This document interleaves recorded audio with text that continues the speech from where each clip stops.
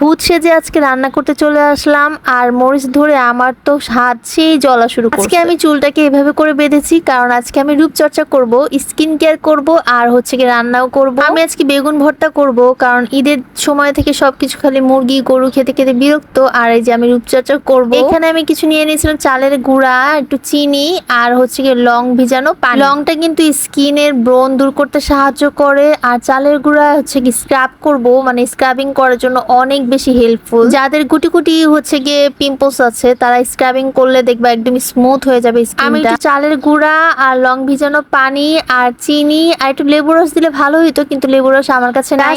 স্কিনটাকে উপরে টেনে টেনে উঠাইতে হবে যাতে করে একদম নিচে না চলে যায়, মানে ঝুলে না পড়ে। তো স্কিন স্ক্রাব করার নিয়মই হচ্ছে গিয়ে উপরে এরকম করে টান দিয়ে তারপর স্কিনটাকে উঠানো। এখানে ছিল ভাতের মার আর লং, আর একটু গ্লিসারিন দিয়েছে আমার বোন। দেন আমি ভালো মতো ম্যাসেজ করে তার মুখটা ধুয়ে নিয়েছি। দেখো কত সিম্পল স্মুথ লাগতেছে। আর এটাতে এখন নিয়ে নিব মুলতানি মাটি। এটা আমি পেয়েছিলাম। মাটি কিন্তু স্কিনকে ভিতর থেকে গ্লো করে পরিষ্কার। আর এই মুলতানি মাটিটা আমি নিয়েছিলাম ন্যাচারাল প্রোডাক্ট থেকে। ওনাদের যে মুলতানি মাটি বা উপটান সবকিছু অনেক বেশি ভালো, স্কিনকে অনেক বেশি গ্লো করে। মুলতানি মাটির সাথে আমি হালকা একটু হলুদ আর লং ভিজানো পানি মানে রাইস ওয়াটার মিশিয়েছি, আর এখন দেখো স্কিনকে দিয়ে দিয়েছি। কি সুন্দর একদম অবজার্ভ হয়ে যাবে। সব টাইমে আমি রান্না করার আগে উপটান লাগাই আসি বা সানস্ক্রিন ইউজ করি। তোমরা এটা ব্যবহার করবা, তাহলে স্কিনটা অনেক বেশি হেলদি আর ভালো থাকবে। মুখে উপটান লাগিয়ে আমি রান্না করতে চলে আসছি। আর আমাদের বেগুন ভর্তাটা অনেক বেশি মজা হয়, সবাই পছন্দ করে। আর সেটা হচ্ছে টমেটো দিয়ে বেগুন ভর্তা করি আমরা। যারা জানো তারা তো জানোই, কিন্তু যারা জানো না তারা আজকে জেনে নাও। কারণ বেগুন পুড়িয়ে আর টমেটো পুড়িয়ে এরকম করে ভর্তা করলে উফ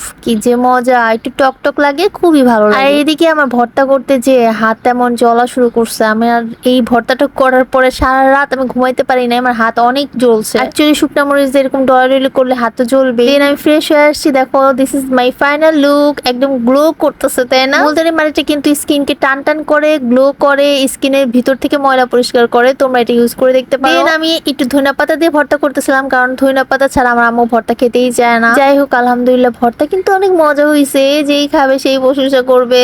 মাশাআল্লাহ। গরম ভাত দেখলে আমার সব থেকে বেশি ভালো লাগে ঘি দিয়ে ভাত খেতে। আমি একটু ঘি আর লবণ দিয়ে ভাত খাই, উফ কি যে দারুণ লাগে। তোমরা যারা ঘি আর লবণ দিয়ে ভাত কখনো খাও নাই তারা অবশ্যই ট্রাই করে দেখবা। আর যদি আলু ভর্তা হইতো আরো বেশি ভালো লাগতো। আর আমার বোন এই কাশ্মীরি চুড়িগুলো নিজে বানাইছে, সো আমাকে দেখাচ্ছিল। থ্যাংক ইউ ইলিন এত সুন্দর করে চুড়ি বানিয়ে দেওয়ার জন্য। আর আমি তোমাদেরকে দেখাইতেছিলাম দেখো আমার স্কিনটা কত গ্লো করতেছে। আর এদিকে আমি বেগুন ভর্তাতে ভাত খাচ্ছিলাম। কি যে মজা বেগুন ভর্তাটা, তোমরা অবশ্যই বাসায় ট্রাই করবা। এরকম এক প্লেট এরকম বেগুন ভর্তা হলে এক বোল ভাত এক নিমিষে শেষ করতে পারবা। কারণ সবসময় ভাতের সাথে মাছ গোস ভালো লাগে না, আমার ভর্তাটা তো অনেক বেশি পছন্দ। আলহামদুলিল্লাহ এই শুটকির আচারটা এত ভালো ছিল, আমি এই শুটকি আচার দিয়েও ভাত খাই, এত মজা ওই শুটকি আচারটা। তোমরা কিন্তু নিতে পারো পিওর ঘরের আচার পেস্ট থেকে। তো আজকে আমার ব্লগটা এখানে শেষ করছি। Thanks for watching, tata.